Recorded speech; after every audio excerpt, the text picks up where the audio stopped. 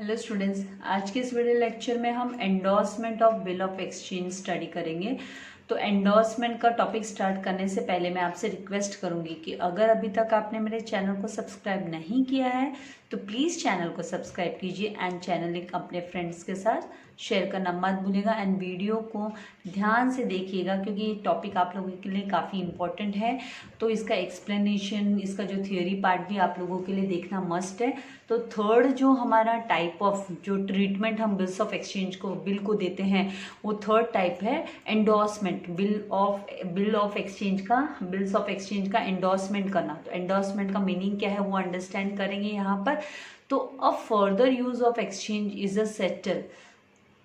to settle a debt that drawer or a holder owes to their creditors। मतलब यहाँ पर है ना, ड्रॉवर का भी तो कोई तो क्रेडिटर होगा। ड्रॉवर ने किसी से उधार में माल लिया होगा, गुड्स लिया होगा या किसी से सर्विसेज उसने गेन की होगी।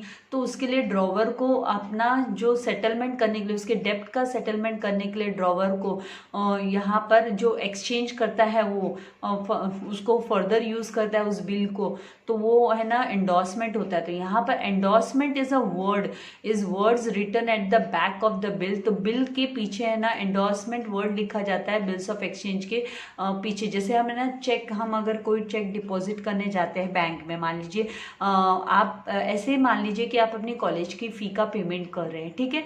तो आप चेक के थ्रू पेमेंट करें तो आप चेक के पीछे आपका नेम लिखोगे, आपका GR नंबर लिखोगे और आपके मोबाइल नंबर लिखोगे। तो उसी तरीके से है ना बिल्स ऑफ एक्सचेंज में उसके बैक में is the word written at the back, endorsement word लिखा होता है उसके बिल्स ऑफ एक्सचेंज के बैक में, अलॉन्ग विद द सिग्नेचर, जिसके ऊपर सिग्नेचर होता है किसका, ट्रांसफरर का।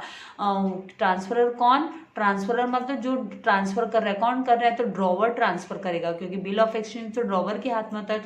तो ड्रॉवर ट्रांसफर करेगा for transferring the title of bill. वो बिल की अथॉरिटी, बिल की ओनरशिप वो जब ट्रांसफर करता है तो बिल के पीछे वो एंडोर्समेंट वर्ड लिखकर अपने सिग्नेचर करेगा। तो अब bill of exchange being negotiable instrument, ये नेगोशिएबल इंस्ट्रूमेंट है। हमने ये है ना इसका जो प्रीवियस टॉपिक था discounted bill, discounted with bank, तो उसमें भी हमने स्टडी किया। मतलब मैंने आप लोगों को बोला था ये नेगोशिएबल इंस्ट्रूमेंट है भाई, बैंक इसको एक्सेप्ट कर लेती है, लीगल डॉक्यूमेंट है ये, राइट। तो यहाँ पर ये negotiable instrument can be transfer from, हम इसे ट्रांसफर कर सकते हैं from one person to another person in due course, एक पर्सन से दूसरी पर्सन को हम इसे ट्रांसफर कर सकते हैं। Now the holder who transverse the title of the bill, जो होल्डर होता है जो इस बिल को, टाइटल ऑफ इस बिल को जो ट्रांसफर करता है उसे एंडोर्सर कहा जाता है। उसे क्या बोलते हैं, एंडोर्सर कहा जाता है।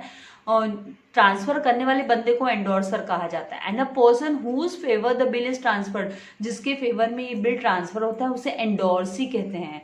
मतलब जिसके हाथ में ये बिल अब जाएगा ना, मतलब जिसके पास होल्डिंग आ जाएगी बिल की, बिल एंडोर्स करने के बाद जिसके हाथ में बिल आ जाएगा, होल्डिंग जिसके हाथ आ जाएगी, उस बंदे को एंडोर्सी बोला जाता है। Now the process of endorsement में continue till the due date, है ना। जो एंडोर्समेंट का प्रोसेस है वो ड्यू डेट तक चलते रहता है। द प्रोसेस ऑफ ये है ना कंटिन्यू भी रह सकता है। अभी देखो ड्रॉवर ने अपने क्रेडिटर को दिया और क्रेडिटर अपने क्रेडिटर को, तो इस तरीके से ये है ना एंडोर्स कर सकते हैं टिल द ड्यू डेट, इसका एंडोर्समेंट हो सकता है। तो यहाँ पर सेलर कौन होता है, क्रेडिटर होता है। सेलर क्रेडिटर होता है किसके लिए, जो क्रेडिटर कब होता है, जब वो सेल करता है गुड्स ऑन क्रेडिट, मतलब उधार में माल बेचता है बायर को, और बायर को सेलर अपने बुक में डेटर करके रिकॉर्ड करता है, और जो बायर है वो अपनी बुक में सेलर को क्रेडिटर करके रिकॉर्ड करता है। नाउ ड्रॉवर है ना ड्रॉ करता है बिल किस पर, ड्रॉई पे बिल ड्रॉ करता है। फिर है ना ड्रॉई क्या करता है, एक्सेप्टर, ड्रॉई एक्सेप्टर बन जाता है। उसे एक्सेप्ट कर वो ड्रॉई है ना बिल एक्सेप्ट करने के बाद में वापस रिटर्न करता है किसको, and returns it to the drawer, drawer को रिटर्न कर देता है, ड्रॉवर को ये रिटर्न भेज देता है बिल, ड्रॉवर को रिटर्न भेज देता है, मतलब तो वो होल्डर हो गया। अब यहाँ से जब होल्डर है कुछ बच्चों का ऐसे था मिस आप टेक्स्ट बुक का ये मतलब थोड़ा ऑकवर्ड लगता है, मतलब हमको थोड़ा ऐसे लगता है काफ़ी लेंदी लगता है, लेकिन आप लोग जब तक टेक्सचुअल ये सब वर्डिंग और आप इन सबको कॉन्सेप्ट्स को अच्छे से नहीं समझोगे, क्योंकि अगर साइकोलॉजिकल हम देखें तो जैसे मैं जितना मतलब आपको एम्प्टी कंटेंट प्रेजेंट करूंगी आपके माइंड पे उतना ही इफेक्ट पड़ेगा, और जितना ज़्यादा मैं कंटेंट आपके सामने अच्छे से रखूंगी, मतलब सारे वर्डिंग्स हुए सब, तो आपको आपके माइंड पे है ना कम इफेक्ट डालना पड़ेगा। तो ये सब साइकोलॉजिकल कॉन्सेप्ट्स है जो यहाँ पर आप देखिए एंडोर्सी, यहाँ पे endorse is the bill endorse करता है, जो होल्डर वो बिल एंडोर्स करता है, किसको एंडोर्स करता है, वो किसको देता है, तो वो एंडोर्सी को देता है। तो उसके पास आने के बाद वो एंडोर्सी हो गया। अब एंडोर्सी क्या करता है, एंडोर्सी है ना ड्यू डेट पर जब उसके समय आएगा, ड्यू डेट आ जाएगी बिल की, तो वो है ना जाएगा एक्सेप्टर के पास, मतलब ड्रॉई के पास पहुंचेगा, वो अप्रोच करेगा, एक्सेप्टर के पास अप्रोच करेगा एंडोर्सी, ड्रॉई के पास पहुंचेगा एंडोर्सी, एंड है ना उसके बदले में वो ड्रॉई के पास पहुंचेगा और अपना बिल उसको प्रेजेंट कर देगा, मतलब बिल उसको दे देगा, भाई मुझे है ना आपका जो क्रेडिटर है उसने मुझे एंडोर्स कर दिया था बिल, तो अब ये बिल मेरे हाथ में है, इसकी होल्डिंग मेरे हाथ में है, लाओ ड्यू डेट आ गई, मुझे पैसा दे दो। तो यहाँ पर ड्रॉई फिर क्या करेगा, उसे पे कर देगा, कैश पेमेंट या चेक पेमेंट जो भी करना है, तो ड्रॉई एंडोर्सी को पेमेंट कर देगा। तो यहाँ पे एंडोर्समेंट का जो अकाउंटिंग ट्रीटमेंट कैसे होता है, तो वो भी हम अभी डिटेल में यहाँ पर स्टडी करने वाले हैं। तो यहाँ पे देखते हैं अकाउंटिंग ट्रीटमेंट, उसके बाद में मैं आप लोगों को इसका एग्जाम्पल के साथ में भी सिखाने वाली हूँ। और टॉपिक को आपको छोड़ना नहीं है, टॉपिक को ध्यान देकर आपको है ना इसको कॉन्सेप्ट्स को समझना। अब इसमें 4 टाइप के इस ट्रीटमेंट होते हैं। अब ये सब आप लोगों को है ना 5-6 लाइन लिखी होंगी, और उस 5-6 लाइनों में आपको सेंटेंस में आपको समझना होगा कि भाई बिल एंडोर्स हुआ, कौन एंडोर्सी है, कौन एंडोर्सर है, और कितने का बिल अमाउंट, बिल डिस्काउंट हुआ कि नहीं हुआ, बिल का क्या हुआ। तो ये सब चीजें आप लोगों को काफी आपको लॉजिकल इसमें थिंकिंग आपकी डेवलप करनी होगी। यहाँ पे सबसे पहले drawer endorses the bill. Drawer क्या करता है, बिल को एंडोर्स करता है, endorses the bill to endorsee, मतलब बिल है ना ट्रांसफर कर देता है एंडोर्सी को हैंड ओवर कर देता है कि भाई अब आप तुम संभालो, तुम्हारे लिए है ये बिल, ठीक है। तो यहाँ पे 3 पर्सन का नाम, यहाँ पे 3 पर्सन का हम स्टडी करेंगे कि कौन कौन अपनी बुक में क्या क्या रिकॉर्ड करने वाला है, ठीक है। तो यहाँ पे अब 3 नेम्स आ जाएंगे, 3 आपको हेडिंग हो जाएगी कि बुक्स ऑफ ड्रॉवर, ड्रॉवर अपनी बुक में क्या लिखेगा। ड्रॉवर मतलब एंडोर्सर, ड्रॉवर कौन होता है, एंडोर्सर होता है। तो जब वो बिल को एंडोर्स करता है तो वो अपनी बुक में क्या रिकॉर्ड करेगा, और इसकी एंट्री ड्रॉई की बुक में क्या आएगी, और फिर है ना इसकी एंट्री है ना एंडोर्सी अपनी बुक में क्या लिखने वाला है, उसकी एंडोर्सी की बुक में इसकी एंट्री क्या आने वाली है। तो अब आपको एक बात मैं बता दूं, हमने ना बिल डिस्काउंटेड वाला भी हमने प्रीवियस वीडियो में मैंने आप लोगों को with illustration bill discounted with the bank का अपने कॉन्सेप्ट हमने पढ़ा, राइट। तो उसमें है ना जब ड्रॉवर है ना बिल है ना डिस्काउंट करके ले लेता है बैंक के साथ, तो उस केस में उसने ड्यू डेट के पहले बैंक के पास पहुंच जाता है और उसको दे देता है बिल कि भाई तुम रखो, मुझे तो अभी पेमेंट दे दो, राइट। तो उस केस में ड्रॉवर को कोई लेना देना नहीं था। तो यहाँ पर भी है ना ड्रॉवर को कोई लेना देना होने वाला नहीं है कि एक्सेप्टेंस के बाद में उसकी एक्सेप्टेंस ड्रॉवर किसी को भी दे, उसको कोई लेना देना नहीं। ड्रॉई की जो आंखें है ना वो है ना ड्यू डेट के दिन खुलेगी कि भाई उसे जिसे पेमेंट करना होगा, जिसके हाथ में बिल होगा, जिसके हाथ में वो बिल ऑफ एक्सचेंज होगा और पीछे है ना ड्रॉवर के साइन होंगे, तो वो उसको उस दिन आंख खुलेगी कि भाई ठीक है भाई आपको दे दिया तो हम आपको पेमेंट दे देंगे। एट प्रेजेंट जब भी बिल एंडोर्स होगा तो एंडोर्समेंट की एंट्री ड्रॉई अपने बुक में कुछ नहीं रिकॉर्ड करने वाला है। आपको एकदम सिंपल ये याद रखना कि ड्रॉई को कुछ लेना देना नहीं। एक्सेप्टेंस के बाद में उसका बिल ड्रॉवर किसी को भी बेच दे, किसी के साथ भी डिस्काउंट करे या किसी को भी वो एंडोर्स कर दे, ड्रॉई को उससे कोई मतलब नहीं है। तो यहाँ पर खाली ड्रॉवर अपनी बुक में रिकॉर्ड करेगा एंड एंडोर्सी अपनी बुक में उसकी जर्नल एंट्री रिकॉर्ड करेगा। तो आपको स्टेटमेंट जैसे आएगा bill endorse, drawer endorse the bill to so and so, मतलब endorsee, drawer bill endorse the bill of exchange to endorsee, तो उस केस में ड्रॉई अपने बुक में क्या रिकॉर्ड करेगा, और कौन उस बिल को रिसीव करने वाला है, कौन उस बिल को रिसीव करने वाला है, एंडोर्सी रिसीव करने वाला है, तो वो एंडोर्सी का नेम रिकॉर्ड कर देगा, क्योंकि यहाँ पर ये जो एंडोर्सी है, ये एंडोर्सी उसके लिए क्या है, एंडोर्सी उसके लिए क्रेडिटर है। अगर आप मॉडर्न अप्रोच के हिसाब से भी जाते हो जर्नल एंट्री में, मॉडर्न अप्रोच वाला जो रूल मैंने आप लोगों को सिखाया उसके हिसाब से भी जाते हो, तो यहाँ पर वो जब बिल दे देता है, बिल एंडोर्सी को पकड़ा देता है, तो मतलब उसकी लैबिलिटी कम हो गई। तो उस रूल के हिसाब से भी आप कर सकते हो कि यहाँ पे है ना एंडोर्सी जो है वो इसकी लैबिलिटी, उसका क्रेडिटर है, तो जब भी है ना क्रेडिटर है ना वो डिक्रीज होता है, मतलब उसकी लैबिलिटी डिक्रीज हो रही है, तो हम उसे डेबिट में लिखते हैं, तो इसीलिए यहाँ पे एंडोर्सी का नाम डेबिट में लिख दिया है।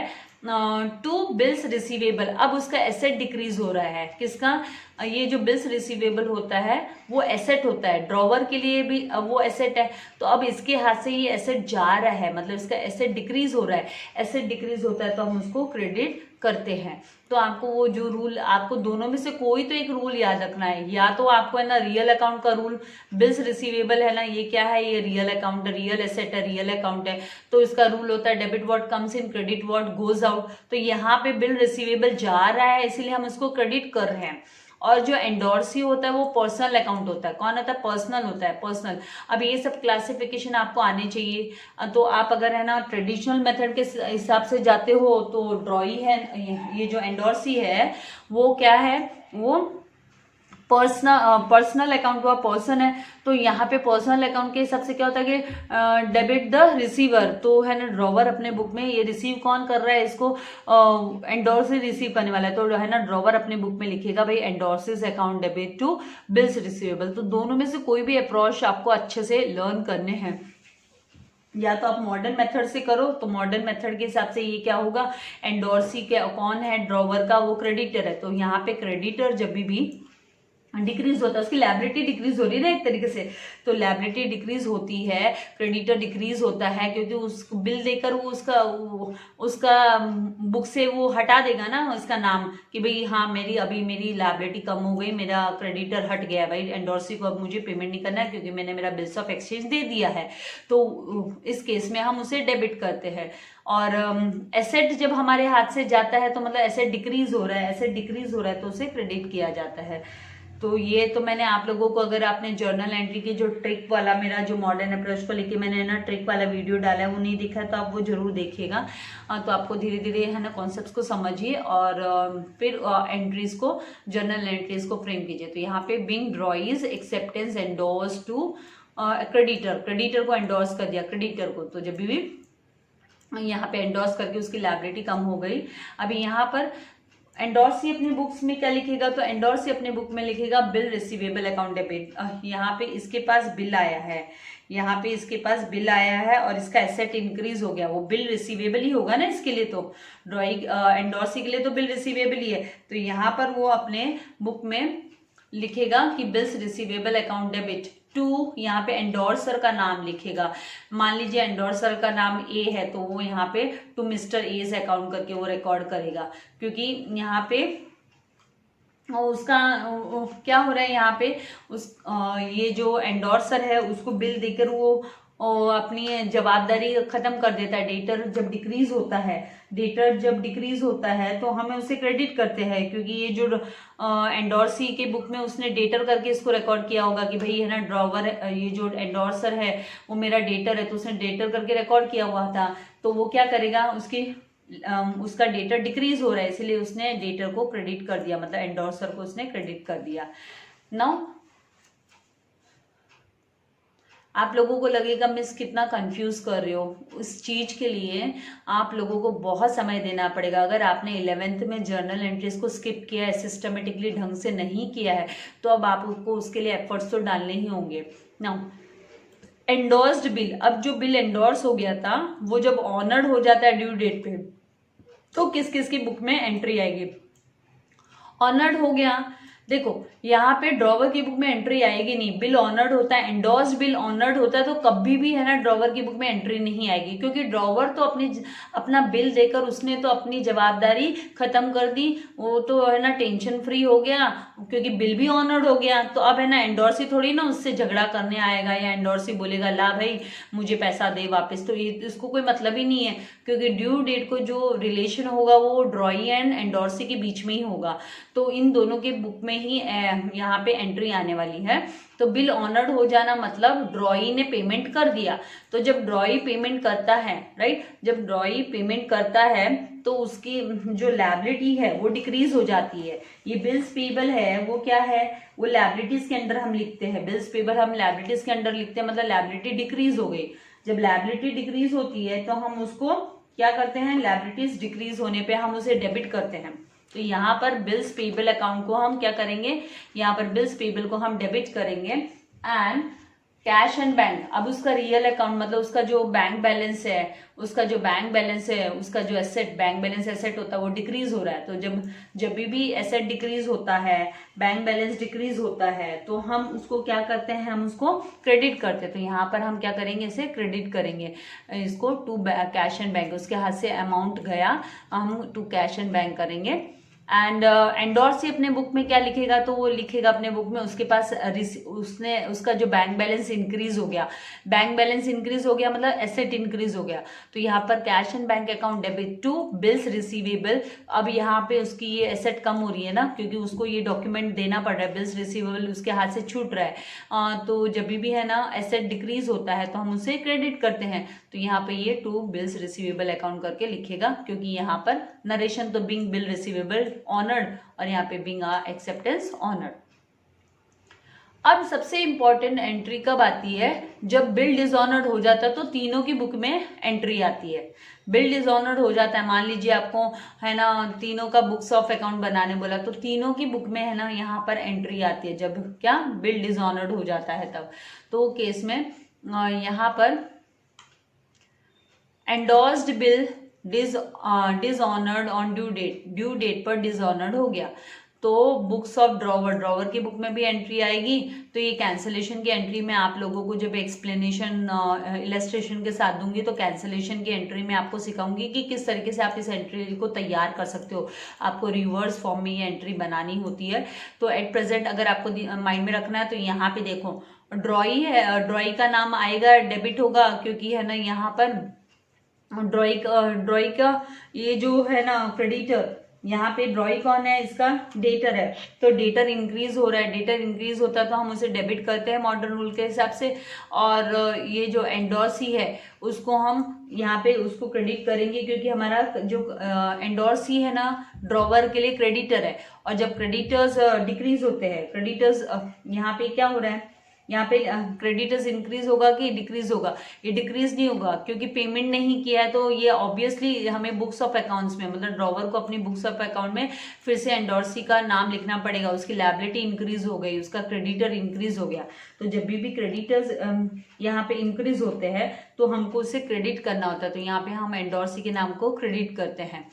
फिर भी मैं उसको आपको कैंसलेशन तरीके से भी ये एंट्री को सिखाऊंगी। तो यहाँ पे अभी नेक्स्ट, अभी ड्रॉई अपने बुक पे क्या लिखेगा, ड्रॉई अपने बुक में लिखेगा भाई कि उसका बिल्स पेबल है ना वो क्या हो गया, डेबिट, मतलब उसकी यहाँ पे डेबिट क्यों कर रहे हैं, क्योंकि ये कैंसिल हो जाएगा, एक तरीके से डिक्रीज हो गया, कैंसिल हो गया, उसका बिल जो है ना पुराना जो बिल है वो कैंसिल हो गया, तो मतलब डिक्रीज हो गया। जब भी लायबिलिटी डिक्रीज होती है तो फिर हम उसको डेबिट करते हैं, तो यहाँ पे इसको हम डेबिट लिखेंगे टू ड्रॉवर्स अकाउंट। अभी टू ड्रॉवर्स मतलब ये ड्रॉवर इसके लिए कौन है, तो इसके लिए ड्रॉई के लिए तो ड्रॉवर क्रेडिटर है, ड्रॉई के लिए ड्रॉवर क्रेडिटर है, उसकी जवाबदारी उसकी लायबिलिटी है। तो इसकी लायबिलिटी जब इंक्रीज होगी, जब भी लायबिलिटीज इंक्रीज होती है तो हम उसे क्रेडिट करते हैं, तो यहाँ पे टू ड्रॉवर्स अकाउंट लिखेगा। अभी एंडोर्सी अपने बुक में क्या लिखेगा, एंडोर्सी अपने बुक में लिखेगा एंडोर्सर्स अकाउंट। एंडोर्सर मतलब यहाँ पर ये जो ड्रॉवर है, ड्रॉवर एंडोर्सर है ना, तो drawer endorser's account debit to bills receivable, ये लिखेगा endorser's account debit to bills receivable, क्योंकि इसका जो डेटर है, डेटर वो इंक्रीज हो जाएगा, इसका जो डेटर का ये जो एंडोर्सर इसके लिए डेटर होता है, एंडोर्सी के लिए डेटर होता है, तो ये डेटर इसका इंक्रीज होगा, मतलब एसेट इंक्रीज होगा, एसेट इंक्रीज होगा तो यहाँ पे हम डेबिट करेंगे। टू बिल्स रिसीवेबल, ये बिल्स रिसीवेबल इसके हाथ से जा रहा है, इसलिए इसको हमें यहाँ पर लिखना होगा बिल्स रिसीवेबल क्या हो गया, कैंसिल हो गया, एक तरीके से डिक्रीज हो गया। तो जब भी एसेट डिक्रीज होता है या कैंसिल होता है तो उसे हमको क्रेडिट करना होता है।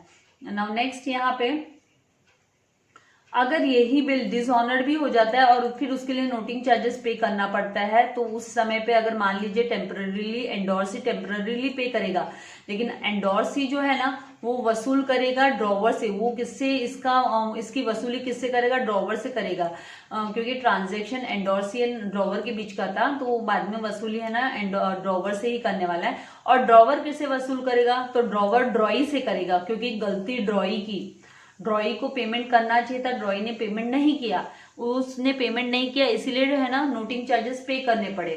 तो टेम्पररीली तो यहाँ पे अभी क्या होगा, ड्रॉई अपने बुक में ये जो ड्रॉवर है वो अपने बुक में लिखेगा, उसका जो डेटर है वो इंक्रीज हो गया, इसलिए डेटर्स मतलब ड्रॉइज अकाउंट डेबिट। टू एंडोर्सी उसका क्रेडिटर क्या हो गया, क्रेडिटर इंक्रीज हो गया, एंडोर्सी उसका क्रेडिटर है, तो ये क्रेडिटर इंक्रीज होते तो हम क्रेडिट में लिखते हैं, तो यहाँ पे टू एंडोर्सिस अकाउंट करके लिखेगा। बिंग एंडोर्स्ड बिल, कैंसलेशन के थ्रू भी इन एंट्री को मैं सिखाने वाली हूँ आपको। Being endorsed bill dishonoured and noting charges paid by endorsee, और नोटिंग चार्जेस है ना किसने पे किए, एंडोर्सी ने पे किए, इसीलिए जो अमाउंट होगा बिल का, जो अमाउंट होगा, जो टोटल अमाउंट होगा वो amount of bill plus noting charges होगा। ये अपनी बुक में ड्रॉवर लिखेगा। ड्रॉई अपनी बुक में क्या लिखेगा, तो ड्रॉई अपनी बुक में बिल्स पेबल अकाउंट डेबिट लिखेगा, क्योंकि उसका जो बिल, उसका जो लायबिलिटी है वो डिक्रीज हो गई, मतलब वो कैंसिल हो गया, बिल कैंसिल हो गया, इसलिए मतलब लायबिलिटी डिक्रीज हो गई, बिल्स पेबल डिक्रीज हो गया, तो डेबिट लिखेगा। नोटिंग चार्जेस एक्सपेंसेस होते हैं, जब भी एक्सपेंसेस इंक्रीज होते हैं तो उसे डेबिट करते हैं, इसलिए ये डेबिट करेगा इसको। और to drawer's account, to drawer's account, तो टू ड्रॉवर्स ही क्रेडिट में क्यों लिख रहा है, क्योंकि ड्रॉवर उसके पास से पैसा छोड़ने वाला थोड़ा ना है, पैसा तो वो वसूल करने वाला है, तो उसका क्रेडिटर इंक्रीज हो रहा है, उसका क्रेडिटर इंक्रीज हो रहा है, इसीलिए वो उसे क्रेडिट करेगा, टू ड्रॉवर्स अकाउंट करके रिकॉर्ड करेगा। और यहाँ पे नरेशन में लिखेगा big acceptance dishonoured and noting charges payable. Now books of endorsee, endorsee की बुक में एंडोर्सी क्या रिकॉर्ड करेगा, तो एंडोर्सर्स अकाउंट डेबिट, क्योंकि उसका डेटर इंक्रीज हो गया। एंडोर्सर्स, एंडोर्सर कौन है, ड्रॉवर है, ड्रॉवर एंडोर्सर है, तो एंडोर्सर्स अकाउंट डेबिट, क्योंकि वो वसूल तो उसी से करने वाला है, ड्रॉवर से ही के पास ही पहुंचेगा, तो endorser's account debit. To bills receivable account, क्योंकि इसका एसेट, ये जो हाथ में इसका एसेट था, बिल रिसीवेबल एसेट इसके हाथ में था, वो क्या हो गया, वो डिक्रीज हो गया, वो कैंसिल हो गया, इसीलिए उसको क्रेडिट कर दिया, क्योंकि जब भी ऐसे डिक्रीज होता है या कैंसिल होता है तो उसको हम क्रेडिट करते हैं, तो यहाँ पे इसको क्रेडिट किया। टू कैश अकाउंट, यहाँ पे इसको टू कैश, क्योंकि इसको टेम्परेली पेमेंट करना पड़ा, नोटिंग चार्जेस इसने पे किए, तो इसका जो कैश बैलेंस है वो कम हो गया, इसलिए इसने टू कैश क्रेडिट लिखा है, क्रेडिट में लिखा है। सो यहाँ पे bill being bill receivable receive dishonoured and noting charges pay करने पड़े, इस तरीके से ये रिकॉर्ड करेगा। ये सारी चीजें ना थोड़ा सा आपको ऐसे लगता होगा, लेकिन है ना मेरा ऐसा सोचना कि हर तरीके से आप लोगों को है ना आना चाहिए। आपको इसका थियोरेटिकल पार्ट किस तरीके से होता है, इन जनरल आप लोगों को एंट्रीज भी पता होनी चाहिए, आपके माइंड में फिट हो जानी चाहिए, ताकि कभी कंफ्यूजन अराइज नहीं हो। और ये जो डिसऑनर्ड की एंट्रीज है ना, इनको मैं कैंसलेशन वे में भी, कि किस तरीके से कैंसिल करके हमारी एंट्रीज फ्रेम होती है, वो मैं आप लोगों को इलस्ट्रेशन में मैं दिखाने ही वाली हूँ कि कैसे हम कर सकते हैं। बाकी तो देखो हार्डवर्क तो आपको ही करना पड़ेगा, और ज्यादा से ज्यादा मैं कंटेंट आपके सामने इसीलिए रखती हूँ क्योंकि जितना ज्यादा हम ऑब्जर्व करते हैं स्पेलिंग्स को, फिगर्स को, जो दिए हुए कंटेंट को, उतना ही वो उसकी इमेज हमारे माइंड में रह जाती है। इसीलिए मैं ज्यादा से ज्यादा कंटेंट आपके सामने प्रेजेंट करती हूँ, क्योंकि कभी कभी बोलते हैं ना, भले हमने उतना मतलब बार बार हमने किसी चीज को ऑब्जर्व किया तो हमारे माइंड में वो फिट हो जाता है पिक्चर, जो इमेज है। तो यहाँ पे ये जो जर्नल एंट्रीज को लेकर भी है, वो इमेज ऑब्वियसली डेफिनेटली आपके माइंड में फिट हो ही जाने वाली है। विद द प्रैक्टिस तो और भी परफेक्ट हो जाने वाले हो। तो आई होप एक साथ तो नहीं समझ में आएगा, धीरे धीरे जितना ज़्यादा प्रैक्टिस करते जाओगे, क्योंकि ये वाला जो चैप्टर है बिल्स ऑफ एक्सचेंज का, ये भी पूरा जर्नल एंट्रीज से ही भरा हुआ है, और जो इसका नेक्स्ट चैप्टर है इश्यू ऑफ शेयर्स, उसमें भी जर्नल एंट्रीज आने वाली है। तो आप एकदम एक्वांटेड हो जाने वाले हो जर्नल एंट्रीज को लेके, तो आपको टेंशन लेने वाली जरूरत नहीं है। लेकिन जो मैंने आपको जो इससे ट्रिक वाले वीडियो मैंने 2 डाले हुए हैं, उन पे थोड़ा सा ध्यान दीजिएगा, और वो जो मेथड है उसको माइंड में फिट कर लीजिएगा, फिर चीज़ें डिफिकल्ट नहीं लगेगी। वीडियो को लाइक करना मत भूलिएगा। Thank you very much. God bless you all dear students.